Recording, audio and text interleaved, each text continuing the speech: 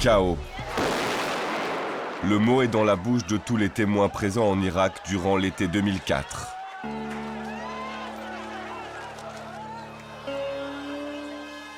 Les forces américaines, qui avaient baptisé l'opération d'invasion de l'Irak Iraqi Freedom, sont confrontées depuis la prise de Bagdad, un peu plus d'1 an plus tôt, à une guérilla qu'elles ne parviennent pas à endiguer. La rébellion frappe partout et sans laisser de répit à l'occupant. À Bagdad, des centaines de journalistes couvrent le conflit irakien pour les médias du monde entier. Depuis le début de la guerre, 42 d'entre eux ont été tués. Et depuis le printemps 2004, ils sont la cible privilégiée des prises d'otages qui ne cessent de se multiplier. Mais en ce mois d'août, ce qui mobilise toute leur attention, c'est la bataille qui se déroule à Nadjaf, à 160 km au sud de Bagdad. Nadjaf et ses combats.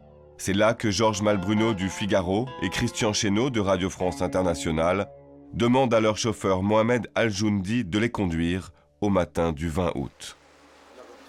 On va emprunter une route un petit peu secondaire parce que la route principale était barrée. On va se retrouver un petit peu en campagne. Et là, à un moment donné, on va voir surgir 2 voitures à pleine vitesse. On va voir passer les gens devant. On voit les fusils qui sortent des fenêtres et qui nous font un tête à queue comme dans un film. Hein. Et ça se passe en quelques secondes. Et voilà, et on comprend que malheureusement pour nous, on est enlevé, quoi.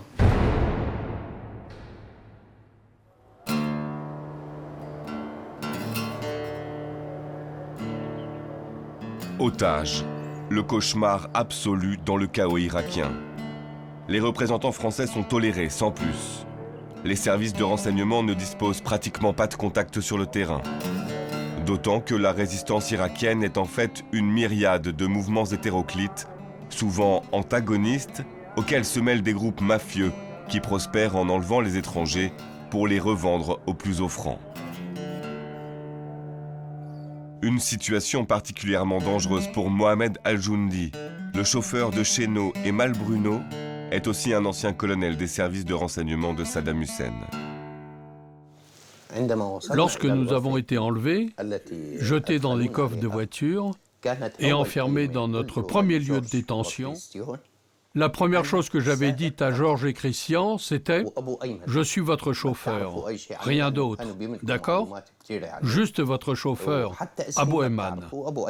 Et vous ne savez rien de plus sur moi. » Je savais que le plus grand danger pesait sur moi, pas sur eux, tant qu'on ne connaissait pas l'identité de nos ravisseurs.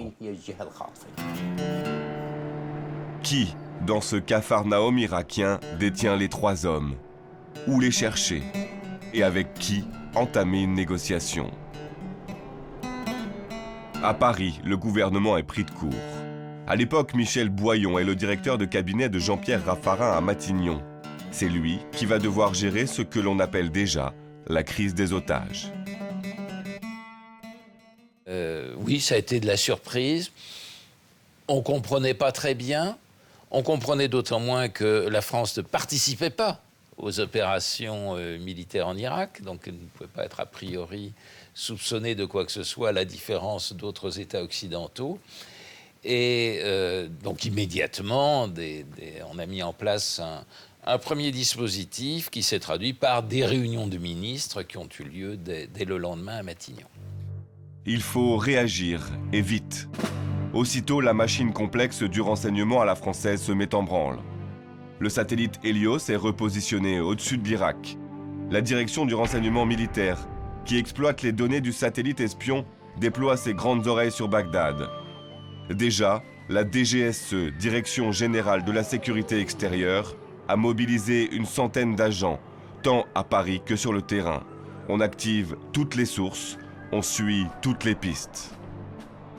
Pourtant, malgré toute cette agitation, on reste optimiste. Les 2 journalistes n'ont plus qu'être enlevés par erreur. Et leur libération n'est forcément qu'une question de jours. L'enlèvement de Chesneau et Malbruno a surpris Bernard Bajolet, ambassadeur de France à Bagdad, au milieu de ses vacances en métropole. Le 23, j'apprends une de nos sources a pu obtenir sur un papier la signature de Georges Malbruno, Christian Chesneau et de Mohamed Joundi, leur chauffeur. Et nos informateurs nous disaient que les otages allaient être relâchés. Et l'un d'entre eux nous a laissé prévoir juste, ça devait être le 26 août, que, je cite, « les deux Peugeot vont bien, mais la Fiat va casser », ce qui était l'annonce de la mort de Enzo Baldoni. C'est là où j'ai commencé sérieusement à m'inquiéter. Le journaliste que voici, dont les appels avaient été diffusés toujours sur Al Jazeera, a été exécuté, précise la chaîne, d'une balle dans la tête. En revanche, la procédure a été... Pour la première fois, l'armée islamique en Irak a tué un des otages qu'elle détenait. Dans les heures qui suivent l'exécution d'Enzo Baldoni, l'A2I diffuse une première cassette sur laquelle les deux journalistes français s'adressent à leurs proches. احنا صحفيين فرنسيين انا كريستيان شينو من اذاعه فرنسا الدولي انا مع زميلي جورج مالبرونو من لو فيغارو. Je voudrais dire à ma famille d'abord que tout va bien, on est gardé, on est détenu dans des bonnes conditions, dans des conditions normales. En même temps que la cassette, l'A2I exprime une revendication qui n'a strictement rien à voir avec l'Irak. L'abrogation, sous 48 heures, de la loi interdisant le port du voile islamique à l'école. Panique dans les palais de la République. À Matignon, une réunion de crise réunit en catastrophe les principaux ministres. Dans la foulée, Jacques Chirac se fend d'une allocution télévisée. La France assure l'égalité, le respect, la protection du libre exercice de toutes les religions dans le cadre de notre loi commune. Un seul mot d'ordre, mobilisation générale. Jusqu'aux membres du Conseil français du culte musulman et des associations cultuelles musulmanes qui lancent un appel aux ravisseurs. Je suis prête, parce que je refuse que mon foulard soit taché de sang, à rejoindre avec d'autres citoyennes musulmanes voilées l'Irak pour se porter otage de substitution. Dans la soirée, le ministre des Affaires étrangères en personne, Michel Barnier, s'envole pour une tournée des capitales du Moyen-Orient à la recherche de soutien auprès des gouvernements arabes. Sur le terrain, les têtes chercheuses des services de renseignement continuent discrètement leur travail de fourmis tous azimuts, sans résultat probant. Pour Pierre Brochant, qui dirige à l'époque la DGSE, la méthode est à revoir. Lorsque Chesneau, Malbruno ont été enlevés, je dois admettre que j'ai perçu dans les premiers jours une espèce de flottement, et avec le risque que l'on retombe dans les errements antérieurs. Donc voyant cela, je le répète, j'ai posé la question de confiance au niveau du Premier ministre, au niveau de la présidence de la République, pour dire qu'à mon sens, ça ne pouvait pas durer comme ça, et qu'il fallait mettre l'État en ordre de bataille rationnel. J'avais organisé dans mon bureau de Matignon une réunion avec Pierre Vimont, qui était directeur du cabinet du ministre des Affaires étrangères, Michel Barnier, avec le général Georges Lain, qui était le chef d'état-major particulier du président de la République, et avec Pierre Brochant, qui était directeur général de la sécurité extérieure. Et puis, on s'est donné rendez-vous au lendemain, au surlendemain, et puis un jour... Le général Georges Lain a demandé au président de la République qu'est-ce qu'on met en place comme dispositif. Et le président de la République a répondu, écoutez, vos dispositifs fonctionnent très bien, donc vous continuez à vous voir tous les quatre pour coordonner le processus. Donc, si vous voulez, au départ, Paris me chaperonnait de très près. Vous voyez. Donc, Barnier était à Magne, il m'appelait 2 fois par jour. Et puis, bon, au bout de quelques jours, on l'a fait comprendre que bon, si les choses ne débouchaient pas rapidement comme il semblait, il risquait de perdre son temps et aussi sa crédibilité en restant à Amman. Et donc, il est reparti pour Paris. Et moi, mes visiteurs sont partis. Rondeau est arrivé peu de temps après. Philippe Rondeau, général de son État et légende des services français. Saint-Cyrien, entré au service action du contre-espionnage en 1965, il est en Roumanie dans les années 70, au Liban dans les années 80. Là, il organise l'infiltration du groupe terroriste Abu Nidal, puis contribue à la libération des otages français retenus par le djihad islamique. Au début des années 90, il est l'un des créateurs de la direction du renseignement militaire. En 1994, il mène à bien l'arrestation spectaculaire de Carlos en territoire soudanais. En 2004, Philippe Rondeau est conseiller pour le renseignement et les opérations spéciales auprès du ministre de la Défense. Un titre vague, une fonction élastique, des prérogatives floues. Que vient donc faire le super espion à Bagdad au début du mois de septembre? Le général Rondeau est un graphomane compulsif. Il note, jour après jour, les moindres de ses faits et gestes dans des carnets à spirale.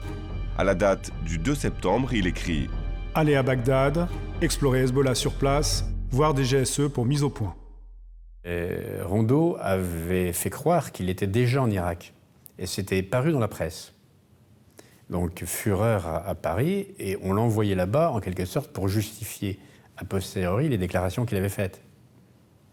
Il était plutôt, si vous voulez, il avait été nommé par l'équipe précédente, donc Alliot-Marie le tenait à distance, son directeur de cabinet, enfin, je vous lis tout ça, vous voyez, c'est assez compliqué. Et moi, je le connais d'amitié, mais je ne lui disais rien, parce que j'estime que la moins on en dit, mieux c'est. Et je ne voulais pas créer de nouvelles filières, surtout que je savais qu'il n'y avait pas de contact en Irak, donc il ne pouvait rien m'apporter. Mais il voulait jouer un rôle. DGSE constate un blocage. Je propose un contact direct avec les ravisseurs plus finance. Je suis volontaire pour le faire. Blocage? En fait, les services français sont dans le bleu. Malgré les centaines de contacts, les milliers d'heures d'écoute, rien de sérieux ne remonte. Les négociations ne sont pas bloquées, elles n'ont tout simplement pas commencé. Et ce sont les ravisseurs eux-mêmes qui vont les engager, tout simplement, par email.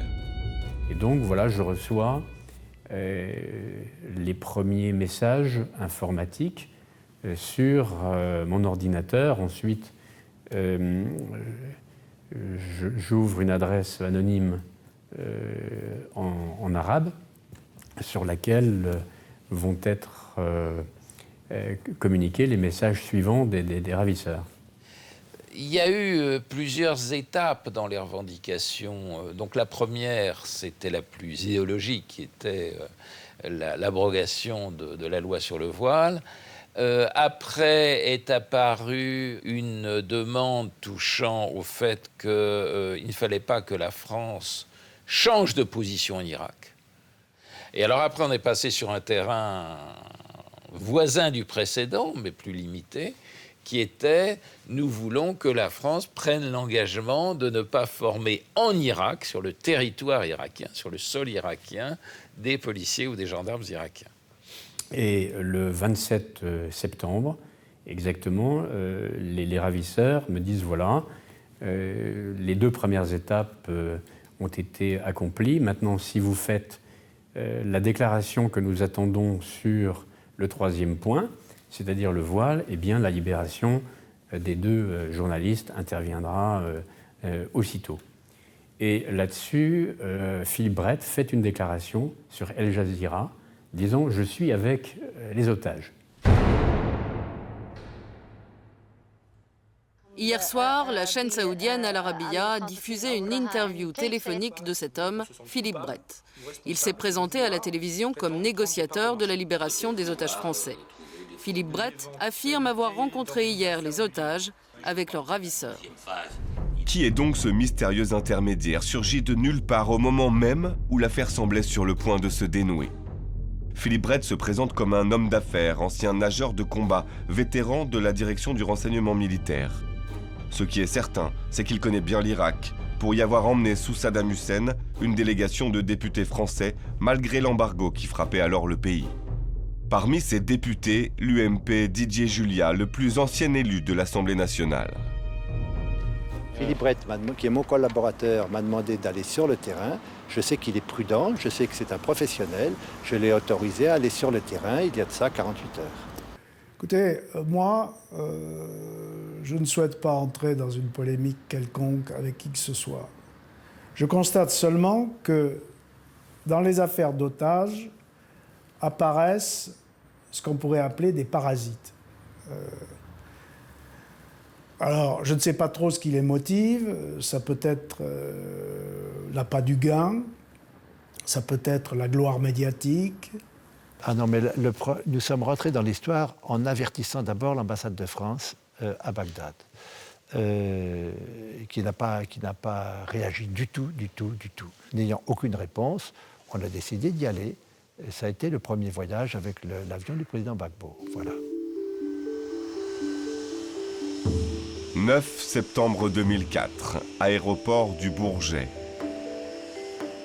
Monsieur l'ambassadeur de Côte d'Ivoire attend un avion qui revient d'Amman, en Jordanie. Un avion aux couleurs du président Gbagbo. À son bord, Philippe Brett et Didier Juliat. Vous avouerez que depuis le 26 août, que ces gens travaillent, remuent le général Rondeau, qui est un homme tout à fait bien, avec son équipe, la DGSE avec son équipe, les affaires étrangères, tout le Quai d'Orsay avec leurs équipes, et que tout ceci n'a pas bougé d'un poil. Par conséquent, ce qu'ils font est certainement très utile, mais les résultats n'ont pas été probants. S'ils étaient rentrés plus tôt, je n'y serais certainement pas allé. Si on ne m'avait pas dit que leur vie était en danger, je n'y serais pas allé. Si on ne m'avait pas dit que j'avais une possibilité de faire activer leur retour, je n'y serais pas allé. Un député français négociant depuis la Jordanie la libération d'otages détenus en Irak avec l'appui de la République de Côte d'Ivoire. La situation a de quoi surprendre. D'autant que depuis qu'en 2002, la France est intervenue dans le conflit qui oppose le gouvernement de Laurent Gbagbo aux rebelles du Nord, la défiance s'est installée entre Paris et Abidjan. Que vient donc faire le président Gbagbo dans cette tragédie irakienne? Qui l'a sollicité? Pourquoi a-t-il accepté? Ces questions, Laurent Gbagbo y a répondu début 2005 dans une interview exclusive accordée au journaliste Arnaud Hamelin. On va l'envoyer là. Voilà. Et c'est le geste qu'il fait d'habitude. Voilà. Il n'a pas fait seulement pour Voici les faits. D'abord, j'ai un copain, qui n'est pas nécessaire de nommer ici, qui était un jour de passage, je ne crois pas qu'il soit venu pour ça d'ailleurs, qui était de passage, qui me dit ah, Laurent, nous sommes une équipe, on a enlevé des otages, des journalistes français, on les a pris comme otages en Irak. Nous sommes un groupe autour de certaines personnalités proches de l'Élysée. Tu es bien sûr que l'Élysée est au courant? Oui, ils sont au courant, bon, mais... Et puis ils nous appuient. Ils sont non seulement au courant, mais ils nous appuient. J'ai dit, bon, si c'est pour vous donner un coup de main, moi j'ai ici 3 avions que je n'utilise pas tout le temps. Je peux vous en prêter un. Dans l'avion présidentiel qui décolle pour Amman, en Jordanie, prennent place Philippe Brett et le député Didier Juliat. Un ami commun les accompagne, Philippe Evano, un universitaire proche des réseaux de la France-Afrique. Pour compléter l'équipe, Bruno Carnez, ancien fonctionnaire du Quai d'Orsay et de l'UNESCO, très proche du conseiller de sécurité de Laurent Gbagbo. C'est lui qui a fait le lien entre l'équipe et le président ivoirien. Aussi incroyable que cela puisse paraître, Laurent Gbagbo n'a, semble-t-il, jamais vérifié auprès des autorités françaises que ces 4 hommes avaient bien l'appui de l'Élysée. Je pense que sur ce point, vous devriez pouvoir interroger le président Chirac, tout simplement. Lui serait à même de vous répondre. J'étais pas là quand ces échanges ont eu lieu, mais les choses ne se décident pas comme ça. On ne peut pas intervenir pour le compte d'un État, et a fortiori en Irak, sans qu'il y ait une volonté politique et une volonté du sommet. Non, à ma connaissance, justement, c'est aussi une distinction entre cette affaire et les précédentes. Ces parasites n'ont pas eu de contact avec les autorités de l'État. J'ai toujours informé de tout ce que j'ai fait le secrétaire général du Quai d'Orsay, qui était Pierre Vimont, qui a été au courant de tout, du début jusqu'à la fin.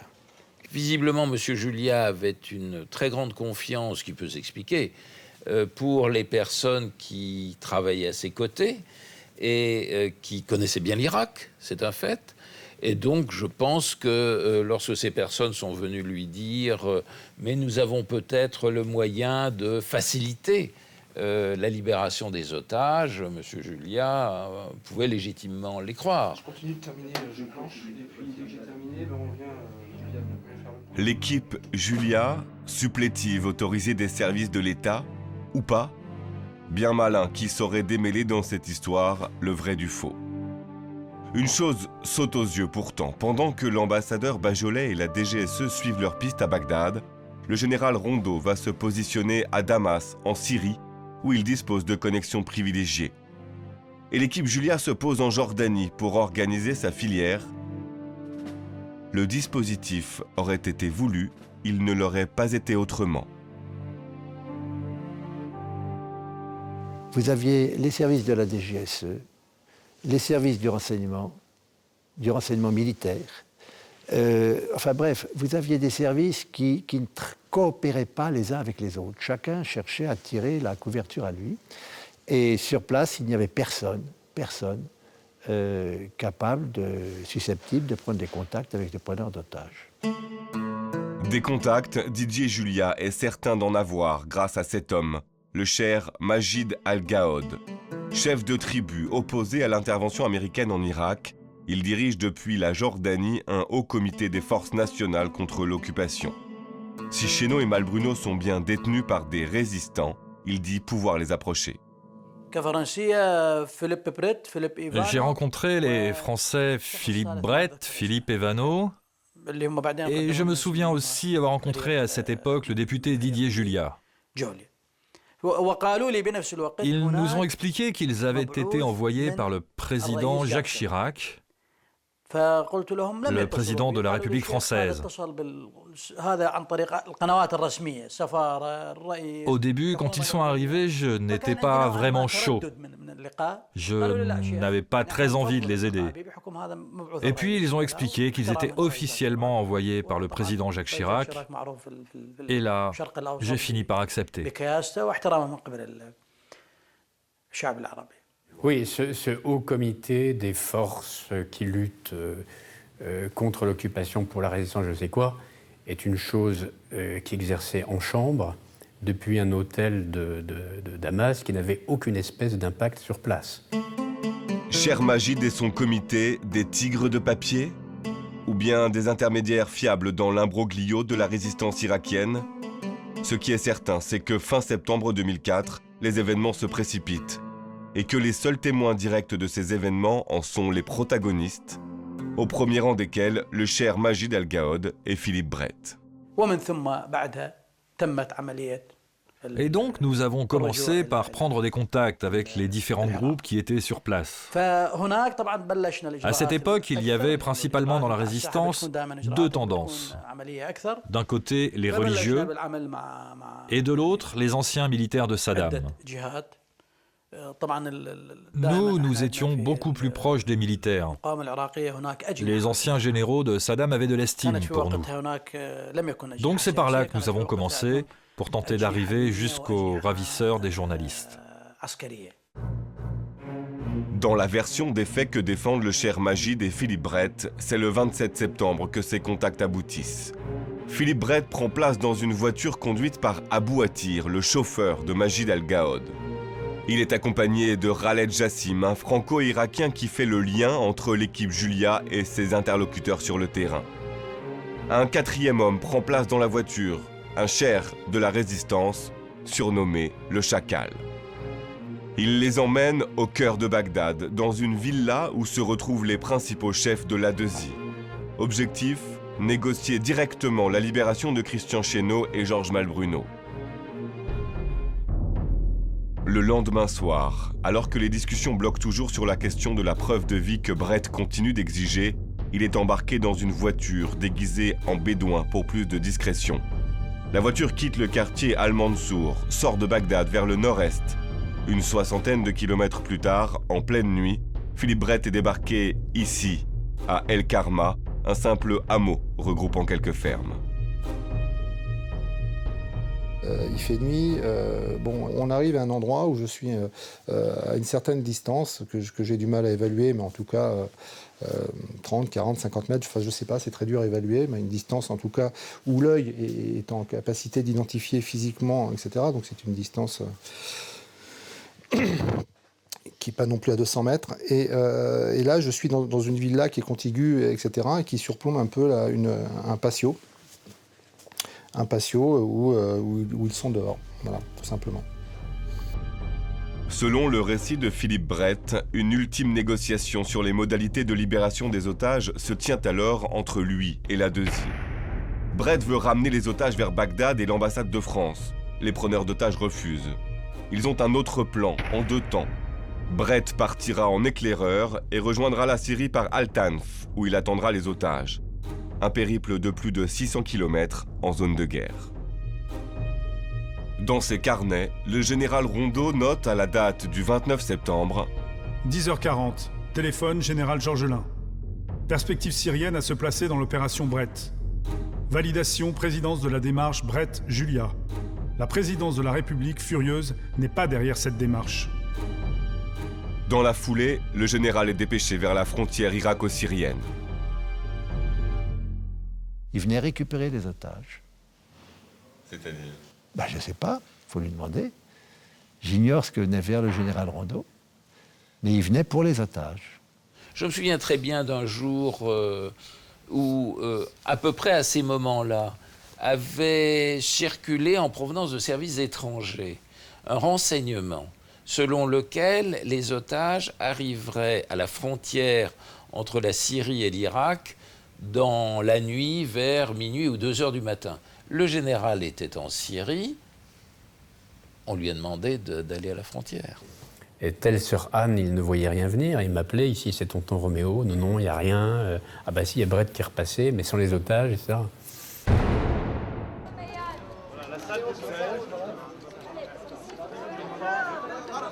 Le 29 septembre 2004, Didier Julia débarque à l'hôtel Cham à Damas. Il faut tranquillement se calmer, et puis tout va aller bien. Voilà, je vous tiendrai au courant. Après avoir congédié les journalistes, le député de Seine-et-Marne s'enferme dans sa suite avec les 2 membres de son équipe, Bruno Carnez et Philippe Evano, en précisant toutefois que la nuit risque d'être courte. Le véritable coup de tonnerre vient de Paris vers 10h le lendemain matin lorsque Europe 1 diffuse un enregistrement de Philippe Brett. J'ai besoin de libérer ma ligne pour finaliser un peu un certain nombre de choses. On a certains de vos collaborateurs qui nous disent que vous êtes avec les otages, par exemple. Est-ce que c'est vrai ou pas, quoi ? La réponse est oui. À Damas, Didier Julia enchaîne les déclarations à la presse annonçant l'arrivée des otages libérés d'une minute à l'autre. Il serait à proximité de Damas, là, tout près. Mais 6 heures se passent sans que ni Brett, ni Christian Chesneau, ni Georges Malbruno ne surgissent dans les salons climatisés de l'hôtel Cham. Didier Julia doit bien le reconnaître, les choses ne se passent pas comme prévu. 2 divisions se sont mises en place sur le passage de la route des otages pour exterminer tout terroriste de passage. Donc il a fallu précipitamment mettre nos amis en sécurité. Un 3e jour se lève sur Damas. Fini les déclarations tonitruantes. Didier Julia s'apprête désormais à rentrer, bredouille et amer, à Paris. Bref, un député UMP, Didier Julia, et un certain Philippe Brett, un ex-barbouze, ont fait croire qu'ils avaient les otages alors qu'ils n'étaient même pas en Irak. Monsieur Julia, vous vous êtes un peu avancé sur la libération des otages, non? Oui, d'accord, c'est un petit échec, mais je ne rentre pas bredouille. J'ai retrouvé, tenez-vous bien, Philippe de Dieu le veut. N'importe quoi. Si, je vous jure, j'ai rendez-vous avec lui dans 1 heure. Il m'attend dans un café avec Elvis Presley à Damas. Philippe Brett a menti, c'est un fait. Les otages n'ont jamais été avec lui. Pour les protéger, explique-t-il, pour qu'on ne puisse pas les localiser durant leur transfert en plein bombardement américain. Mais du coup, c'est toute l'opération qui est sujette à caution. D'autant que les services secrets français l'affirment, il a répondu à Europe 1 depuis une chambre d'hôtel à Damas. Ça, c'est mon tampon de sortie, hein, ça, c'est mon visa. Mais ces visas l'attestent, Brett était bien en Irak entre le 27 septembre et le 1er octobre. A-t-il pour autant réellement pu négocier la libération des otages avec la Deuxy? Et faut-il le croire lorsqu'il déclare avoir vu Chesneau et Malbruno à Al-Karma 2 jours plus tôt? Très sincèrement, je ne le pense pas. Et s'il les avait vus, je crois qu'il aurait apporté des éléments concrets aux autorités françaises. S'il les a vus et qu'il a choisi de ne pas apporter ces éléments, c'est ennuyeux. On n'a jamais eu un contact avec Julia ou un envoyé spécial comme Brett. Après, est-ce que eux sont entrés d'une manière directe ou indirecte en contact avec les ravisseurs? C'est leur vérité, c'est leur parole. Hein. Moi, en tout cas, pour notre cas, ça n'a pas servi à grand-chose. Peut-être qu'il nous a vus. Enfin, j'en doute. Hein. J'en doute, parce que nos ravisseurs, j'en doute fortement, nos ravisseurs étaient extrêmement soucieux de leur sécurité. Et donc, pour eux, le moment le plus sensible, c'était les transferts. Et les transferts, je ne les vois pas avertir Philippe Brett et dire « Écoute, viens sur à tel endroit, tu verras... » Non, tout ça, c'est de l'élucubration. Pas si sûr. Khaled Jassim, l'interprète, et Abou Atir, le chauffeur qui accompagnait Brett dans son expédition irakienne, confirment la réalité des contacts et l'épisode d'El Karma. Ce qui est certain, en revanche, c'est qu'après le fiasco de Damas, le contact est complètement perdu avec les ravisseurs. À l'ambassade de France, un ultime mail de l'A2I coupe court aux négociations électroniques. Il est clair que les liens ont été rompus parce que la France n'avait pas tenu ses engagements. Et parmi ces engagements, il y avait celui de la discrétion. Il est difficile de ne pas constater la coïncidence exacte entre cette rupture des liens et l'apparition de Brett dans le paysage. Le 12 novembre 2004, une patrouille de soldats américains tombe en pleine bataille de Fallujah sur un homme menotté, Mohamed Al-Joundi, qui a échappé à ses ravisseurs. Il est transféré vers un camp de prisonniers pour être interrogé. La première nuit, l'interrogatoire a été musclé. J'ai été vraiment maltraité. Ils m'ont montré des photos, qui ne servaient à rien d'ailleurs, afin de reconnaître mon lieu de détention. Je leur ai d'ailleurs proposé d'affréter un hélicoptère pendant 1 heure pour retrouver le chemin vers les journalistes français. Aujourd'hui, je comprends à quel point j'étais naïf. Pourquoi aurait-il voulu sauver les 2 Français alors que des Américains mouraient tous les jours? À l'époque, je n'ai pas mesuré ça. Une fois encore, les services sont dans le bleu. La DGSE déploie tous ses réseaux. L'ambassadeur Bajolais ne lâche pas le terrain, mais rien n'y fait, la filière est morte. Il faudra attendre encore 1 mois pour que le fil se renoue, et encore une fois, le contact se fera spontanément avec l'ambassade de France. C'était quelqu'un que nous connaissions déjà et qui s'est proposé spontanément pour régler une autre affaire d'otage, servant en quelque sorte de test. Cette autre affaire, c'est celle de l'enlèvement de Teresa Borch, une humanitaire polonaise enlevée quelques jours plus tôt. Le mystérieux intermédiaire, qui se présente comme un homme d'affaires lié aux salafistes, affirme qu'il connaît les ravisseurs et que ceux-ci souhaitent une médiation de la France qui ne participe pas à la coalition. Le gouvernement polonais est favorable à l'idée. En moins de 3 semaines, Teresa Borch est libérée. L'intermédiaire a fait ses preuves. Et c'est lui qui réussira à établir un contact avec l'armée islamique d'Irak. Il obtiendra une preuve de vie. Et sur cette base-là, Christian Chesneau, Georges Malbruno ont été libérés le 21 décembre.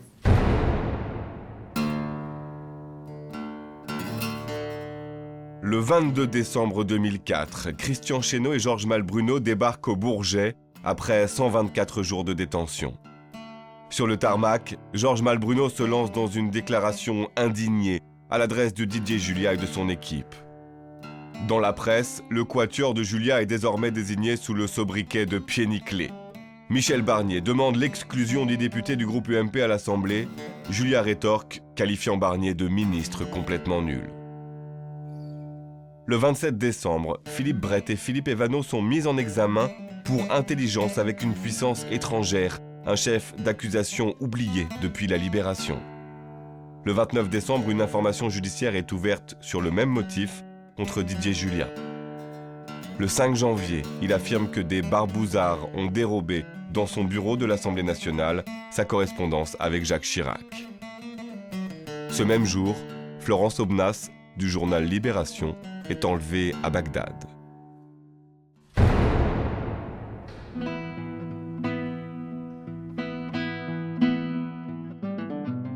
Grand reporter à Libération, Florence Aubenas a débarqué à Bagdad quelques jours avant Noël pour rencontrer des réfugiés ayant fui les combats qui, depuis le mois de novembre, font rage autour de la ville de Falloujah. Le 5 janvier, elle se rend avec son fixeur Hussein Hanoun sur le campus de l'université de Bagdad, où ces réfugiés ont construit un village de tentes. Dans les jours qui suivent leur disparition, aucune revendication n'est publiée. Pourtant, il faut se rendre à l'évidence, Florence et Hussein ont bel et bien été enlevés.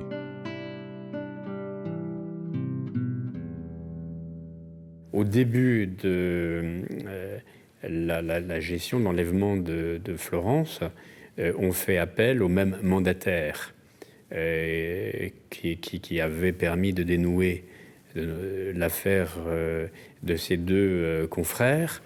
Mais ceci n'a duré que jusqu'à la fin du mois de janvier, puisque le 26 janvier, il était arrêté par les Américains. Pour les services français, c'est une catastrophe. Leur unique contact avéré avec la résistance irakienne leur échappe. Pour la 3e fois depuis le mois de septembre, le renseignement français est aveugle, sourd et muet. Et ce n'est pas à Bagdad que va se jouer l'acte suivant, mais bien à Paris. À Paris où est cantonnée depuis sa mise en examen l'équipe de Didier Julia et de Philippe Brett.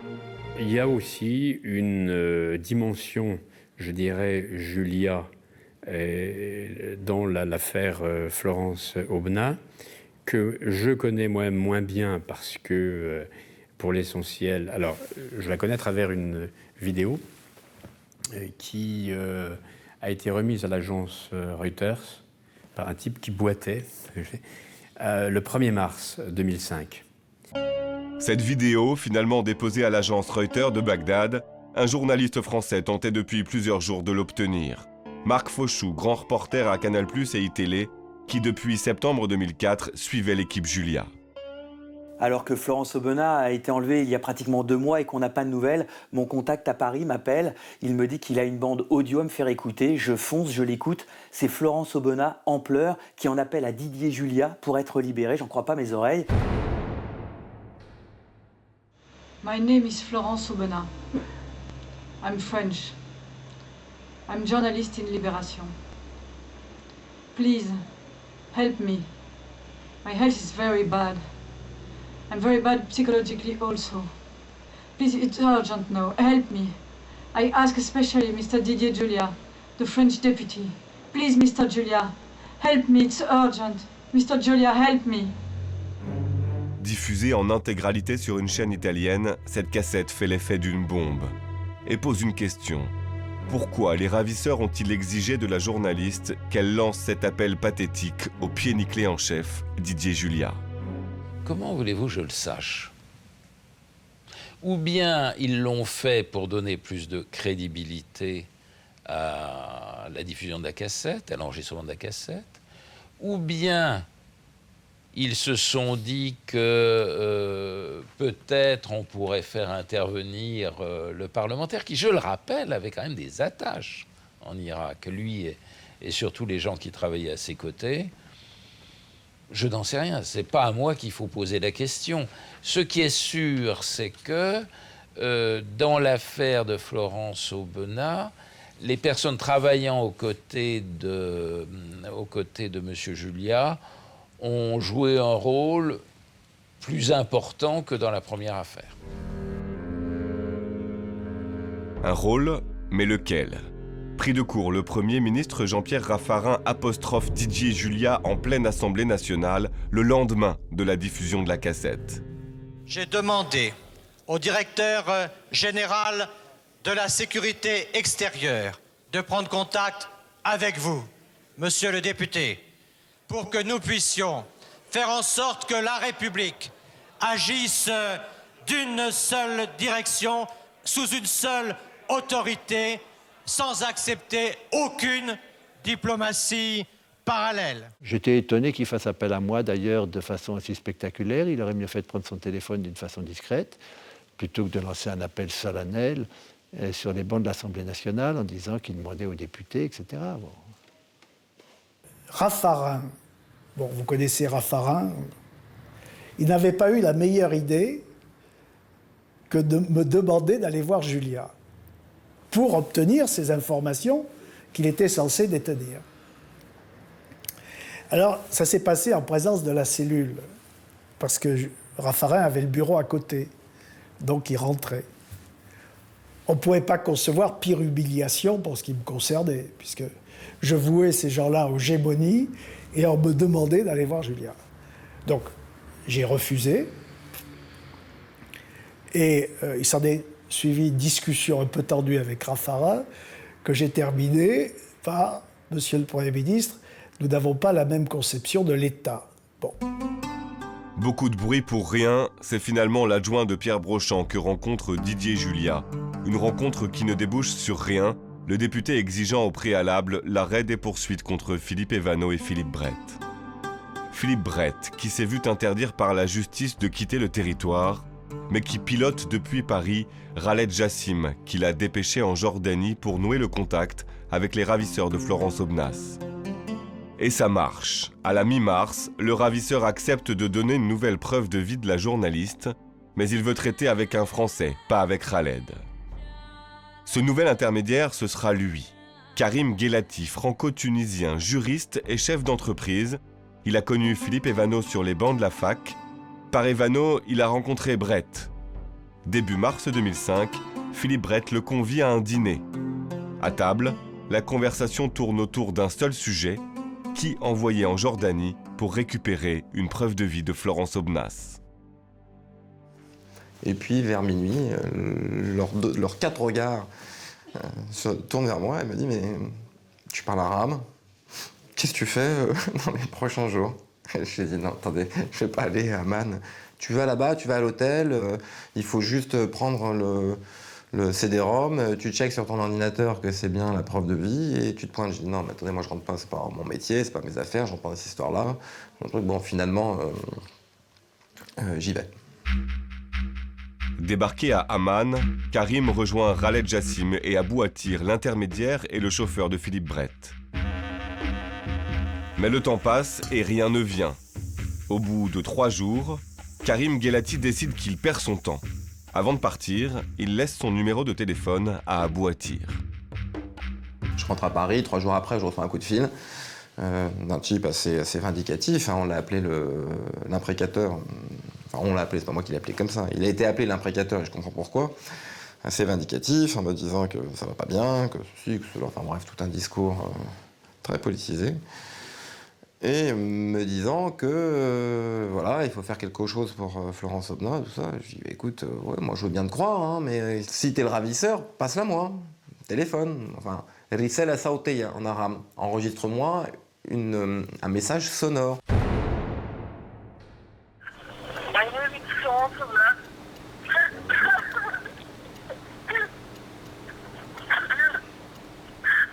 L'homme qui appelle ce matin-là Karim Guelati se présente sous le nom de Saad.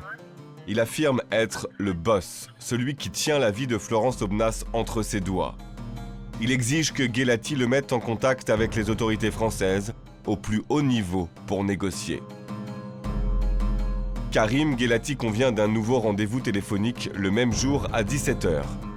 D'ici là, il aura pris contact avec les autorités. L'enregistrement de la voix de Florence Aubenas est son sésame. À 16h, ce 25 mars 2005, Philippe Brett le dépose devant le Quai d'Orsay. Il a rendez-vous avec 7 hommes, Pierre Vimont, et 2 représentants de la DGSE. Un rendez-vous qui commence mal. Saad, l'homme qui lui dit détenir la journaliste française, n'est pas jugé crédible par la DGSE. Il est en contact avec un type avec lequel on avait déjà été en contact avant. Nous avions été en contact avec ce type dès le mois de janvier. Donc c'est le même. Effectivement, en tout cas, à ce moment-là, ils ne sont pas en contact avec Saad. Et Saad estime qu'il doit prendre contact avec une autre personne parce que les autorités françaises ne le prennent pas au sérieux. Et quand je suis en réunion au Quai d'Orsay, le type de la DGSE me dit « on le connaît ». votre loustic. On l'a déjà eu il y a quelque temps au téléphone. C'est un fou furieux, il est farfelu, et il est farfelu, je vous confirme. À 17h précises, Saad appelle sur le portable de Karim Guelati en présence de Pierre Vimont et des 2 agents de la DGSE. Guelati lui transmet le message que la DGSE a rédigé. Saad n'aura plus désormais qu'un seul interlocuteur, dénommé Morsen, un homme qui a toute la confiance des autorités françaises et peut négocier en leur nom. L'intention de la DGSE, c'est de mettre définitivement à l'écart ces abrutis et de donner comme interlocuteur au type un arabophone, mais qui serait présenté un peu comme quelque chose situé entre lui et nous. C'est-à-dire, il ne parlerait pas directement à la DGSE. Le problème, c'est que les 2 numéros de téléphone transmis par Guelati au ravisseur sur instruction de la DGSE ne sont pas encore en service. Morsen ne sera joignable que 48 heures plus tard, et même une fois le contact pris, Saad l'imprécateur continuera de préférer s'adresser à Karim Guelati.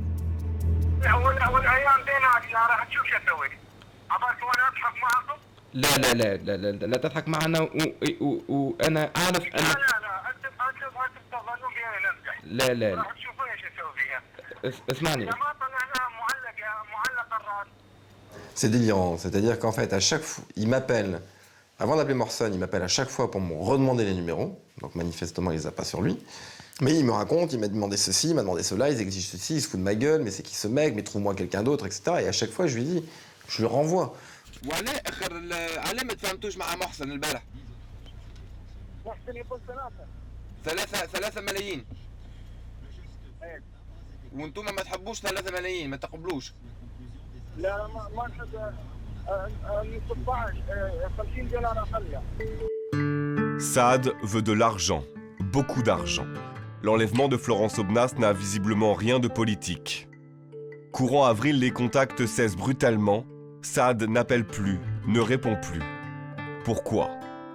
Parce que cet entrepreneur du rapt a d'autres chats à fouetter. Le 28 mars, il a enlevé 3 journalistes roumains, 3 otages dont il doit au plus vite régler l'affaire. Serge Raffi, du Nouvel Observateur, ami proche de Florence Aubenas, a enquêté sur cette étonnante affaire. Pourquoi il est soudain pressé de régler ce problème? C'est qu'il y a une procédure judiciaire en Roumanie parce qu'on pense que cette affaire des otages roumains est un coup monté. Un coup abracadabrantesque, monté depuis Bucarest, par un homme d'affaires syrien en délicatesse avec la justice, qui pensait redorer son blason. Mais la farce n'a pas pris, l'homme a été démasqué, et des policiers roumains sont à Bagdad pour retrouver ses complices. Pendant toute cette période-là, eh bien, les services français n'ont plus aucun contact et ne savent pas ce qui se passe pour Florence, tout simplement parce que notre boss, il est convaincu qu'il va être pris dans la souricière de ce début d'état de droit irakien, c'est-à-dire qu'il peut être arrêté par la police irakienne, ce qui est quelque chose à l'époque d'absolument extraordinaire. Il faudra attendre le 28 mai et la libération des Roumains pour que Saad reprenne contact avec Karim Guelati. Celui-ci, une fois de plus, renvoie le ravisseur vers la DGSE. Il n'est plus dans la course. Le jeudi 9 juin, Guelati apprend que Didier Julia a enregistré un appel au ravisseur en arabe qui doit être diffusé sur Al Jazeera. Par acquis de conscience, il prévient Pierre Vimont. Je rappelle Vimont, je dis il l'a enregistré. Vimont me dit vous inquiétez pas, on a réussi à la bloquer. Et je lui dis vous savez, je commence à avoir du mal à tenir les initiatives à droite à gauche de déclarations à la presse, etc. Et là Vimont me dit ne vous inquiétez pas, ça ne va pas durer très longtemps. Je lui dis non parce que Didier, je suis censé aller le voir lundi. Il veut qu'on se voit lundi, donc lundi je sais absolument pas ce que je vais lui raconter. Il me dit ouais mais lundi vous n'aurez rien à lui raconter. Ah, je lui dis donc il y a une bonne nouvelle pour ce week-end. Et il me dit a priori.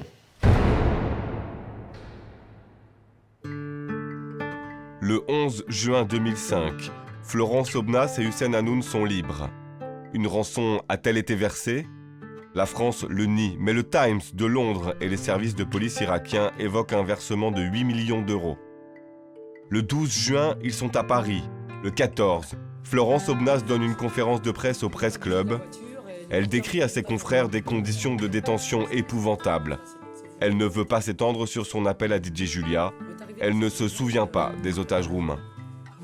Dans cette histoire-là, je pense que Chacun a compris que la